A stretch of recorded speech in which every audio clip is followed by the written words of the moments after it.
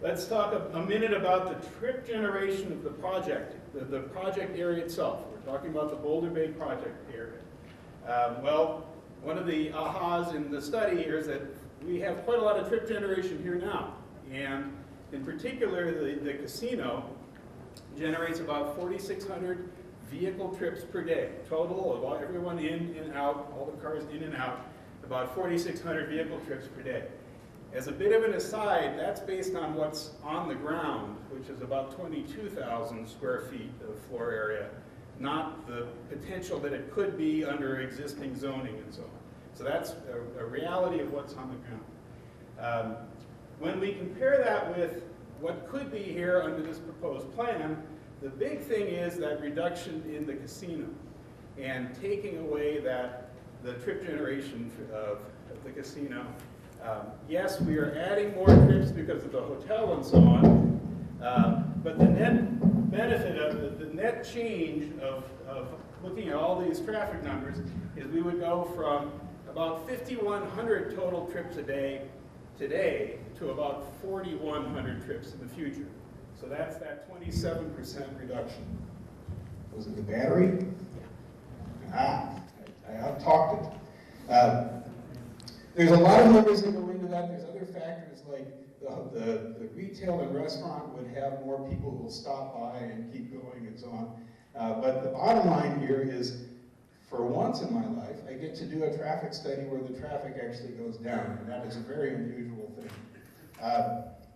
There are some other factors that we have to look at about reassigning traffic and closing streets and so on, but that's a kind of a key finding there. The other thing too is we multiply those trip rates, the trip numbers, by the average length of the trip for various types of land uses, and go through all that math, and it's almost a cut in half in terms of vehicle miles of travel. And you're welcome to look through all the gory numbers, but we're reducing in particular, reducing some of the longer trips.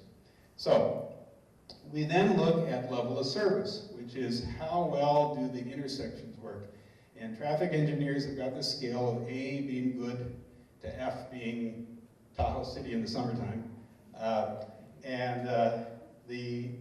The community plan here has a standard of D, level of service D, which is a fancy way of saying that the community plan says we don't want to have more than an average of 35 seconds of delay for any one particular movement. TRBA's standard overall is actually a little bit lower than that. They let us go to E for 4 hours a day, but that's where we were trying to aim for, is this level of service D. The average, what we have now on peak days at the state line and Highway 28 intersection is about 20 seconds. That's a level of service C, and that's on the worst movement, which is turning left out. I don't have to tell you that. Right now it says Boulder Way, but that today is Reservoir Drive right now. That's the level of service D of 30-second wait time. Let's move on. So this is a quick summary of that, basically saying that in particular, because of that center turn lane, because you have an opportunity to wait for a gap one way, move into the middle, wait for a gap in the other, move over, that really helps the condition compared to if we didn't have that. I'll just, as an aside, say that the counts that we did this on were from last summer, from Friday, which is the worst day of the week, in July, which is the worst month of the year, at 5 o'clock, which is the worst time of day. So we're not, we really are looking at kind of the worst case. Let's go one more here. The other thing we did, even though the traffic volumes have gone down 6% in the last 10 years, we said, well, maybe that something will turn around over the next 20 years. Maybe all us baby boomers will retire and move to our second homes and add more traffic to the roads. So we said conservatively, let's add a 0.5% growth per year, which turns out, if you do the math, about 10 or 11% growth over those 20 years. And we added that all in. We looked at the reassignment of people who are now coming out on Reservoir Road. Okay, they're going to come over on State Line. They're going to be wanting to go to the same places and so on. And we went through all this math to identify what we need to do. What we found there in that what we, fancy word, unmitigated, let's not fix it column, is that we would have some problems at the northern part of the site coming out on what we've been calling Boulder Way, that internal street is what we had to give it a name of something, so we called it Boulder Way.